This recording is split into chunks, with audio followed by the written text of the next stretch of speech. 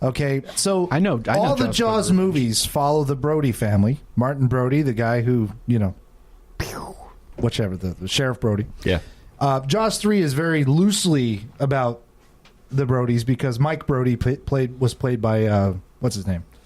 Danny DeVito. No, it wasn't Danny DeVito. Bob Hoskins.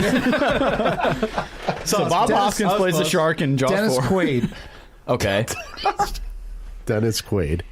Yeah, he's...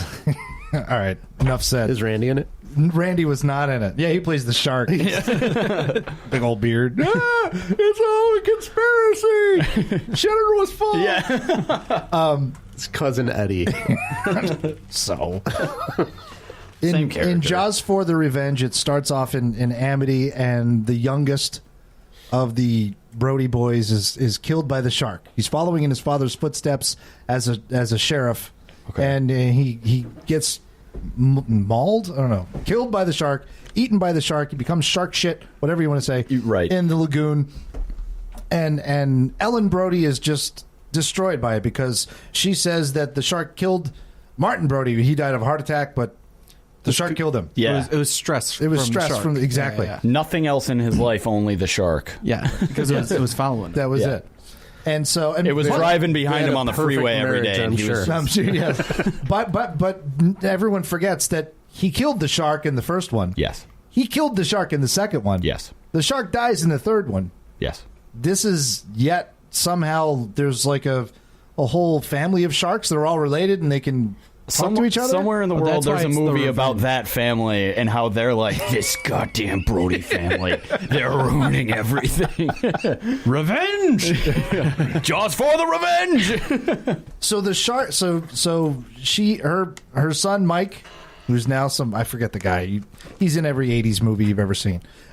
He now works down in the Bahamas with Mario Van Peebles of all people, and they're doing study on sharks or conchs. I don't remember. I think you lost them with the Mario Van Peebles. You No, know, I you totally don't. don't. You don't know who Mario Van Peebles is? I still just want to know how this movie ends. I'm along for the ride. I want to know why that was a high five moment. I'm thinking Mario Lopez Because- from Saved by the Bell at this point. because- so. That's why I got We to. revel in our age when we're talking movies with you guys, because at one point one of us is going to lose you entirely, or at all points. Is that We fair? should start taking bets at the beginning of the show just of who's going to do That's it. a good idea. So I'll wrap it up because basically she goes down to the Bahamas to live with her son. The shark follows them. Somehow. She gets in a plane, flies to the Bahamas. The shark knows where the hell she is. Right. Follows them, and they actually cut 2 shots of the shark swimming. This is a shark. She's doing her thing in the Bahamas, and shark, dun, dun, dun, dun, dun, dun. Like The shark's just popping up for it's in air every once in a while. Like, Dun, dun, dun, dun. It's in the North Carolina, the Grand Banks. Dun, dun, dun, dun, dun, dun. Finally gets down to the Bahamas, and then there's the whole thing, bop, bop, bop, bop. And then she kills the shark at the end. she kills the shark at the end. I thought Michael Caine killed the shark. No, Michael Caine did not kill the shark. That's the she that he's talking about. She is in the boat, and she harpoons it with the... Oh, that's right. Harpoon? The harpoon? it's not a harpoon. The thing at the end of the boat, like the motor? No. At the end, the front end. Oh, the front end. Oh. The bowsprit, whatever the hell they call Yeah. it. The shark killer. That's, It's a big piece of wood that's break-in case of shark kill. Yeah, that thing. We're all educated I hate sailors. all of you. She kills the shark. The end. Michael Caine does not kill the shark. That's a terrific Michael Caine. But let me tell you, I like watching it because it's Michael Caine. My cocaine. Anything with Michael Caine. I would like to see Michael Caine and Shaq in a general commercial. Yeah. Michael Caine will do anything for money. I'm pretty sure. That's what he said about Jaws 4. Robertson could be British. Yeah, absolutely. So could Shaq. Can we get Michael Caine? Probably not. No. Are you would calling be- him my cocaine on purpose just to see if anyone notices? You said it once, and I was like, nah, maybe he's just saying it weird. Maybe he's just a weird guy. He doesn't know how to pronounce words now. Austin's pretty That's fucking how weird he pronounces sometimes. it. Michael Caine. My cocaine. All right. Coming up on time, we need to wrap this up. All Okay, right, Steve, go for it. Okay, real quick. Austin already told what my what was that? The least favorite movie is The Last Crusade mostly because Raiders of the Lost Ark is my favorite movie. And thinking of Indiana Jones plus Sean Connery, World War II, Nazis, I mean, it's completely in my wheelhouse. And then every scene was played for a joke, and I hated it. It came out in 1989. Yeah. So, still young enough to actually, young. I was still in high school. I was 18, but young enough to like a movie like that. I was not like I was old and jaded at that time, and it was not like you are now. Right. I'm completely old and jaded now, but it is, I hated it. And for me to only see an Indiana Jones film once in a movie theater is just, it just doesn't happen. I thought something was Crystal weird Skull? about that year. Crystal Skull. You didn't even bother to see it. Okay, so How many times? so now to the worst film ever made, same franchise. Oh my goodness! Temple You're double of Doom. dipping. Oh, you're not even going with worst movie you've ever seen. You're straight up saying worst movie ever made. In my opinion. Oh, So okay, yes. Come on, that monkey scene was money. Yo, wait, yeah, when they're swinging, Crystal Come on, Skull. and they're sword fighting on Shut the back up, of the shut car. What fun! What about I have to be completely the fact that Kate Blanchett did that film bothers me. Oh, I forgot that was Kate Blanchett. Yeah. Oh my god. You thought it was just some Russian Because nobody. she really Yeah. disappeared into that role. Yo, she's like a method actor. She's in it to win it. She's awesome, and I hated that film. I have so much hate for that film, and even more. Scott and I have spoken about this, but even more after after we both found out. Frank Darabont wrote a script for Indiana Jones 4, and Harrison Ford and Steven Spielberg loved it, signed up for it, and Lucas shot it down because it wasn't his idea. George. George. Sell Yeah. everything, George. So You had yeah. one good idea once. Calm down. Yeah, it was called Howard the Duck. Yeah.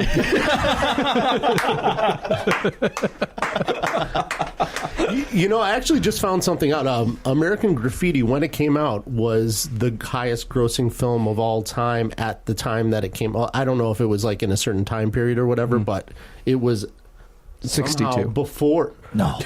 What is... I didn't say don't No, look at me. it was Where Were You in 62 was the tagline. Oh, that's not funny. I know. American Graffiti was before A New Hope, right? Yes. Yeah, okay. Yeah. All right. Yeah.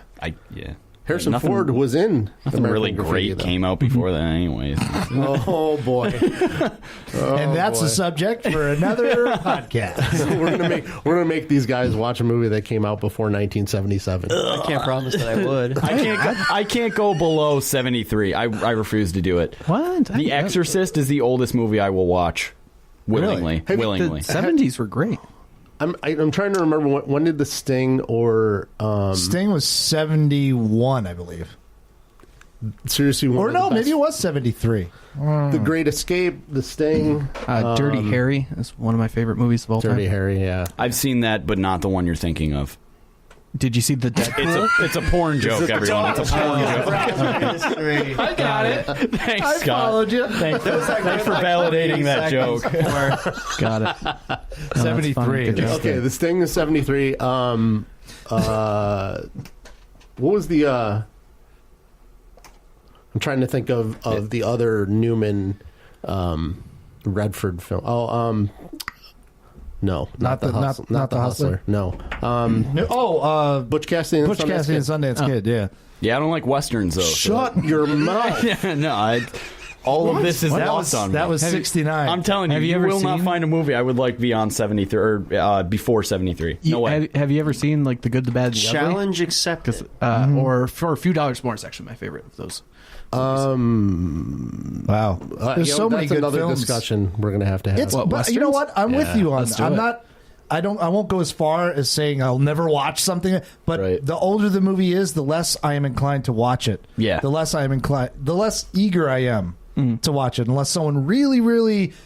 I mean, I started getting into older movies when I read a screenwriting book, and they were talking about a bunch of other, like The Wild Bunch and a bunch of older movies that I never saw.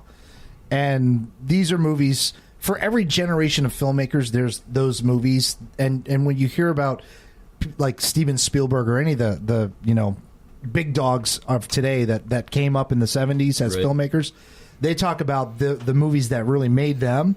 And you're like, I couldn't even get through the first 5 minutes of that movie. Right, yeah. You know what I mean? Yeah. Because generationally, the way filmmaking changes and what people actually like changes so drastically. Yeah, exactly. So I can understand why you would say that. Yeah. I hate you for it, but... All right. Well, that's a nice organic way to end this damn podcast. Movie Talk on Rockvox. Check us out at rockvox.com. Follow us on iTunes and all the stitches and all that stuff. Thank you, baby. I have a feeling that's going to be cut and you're going to put a better one in. Of course. What?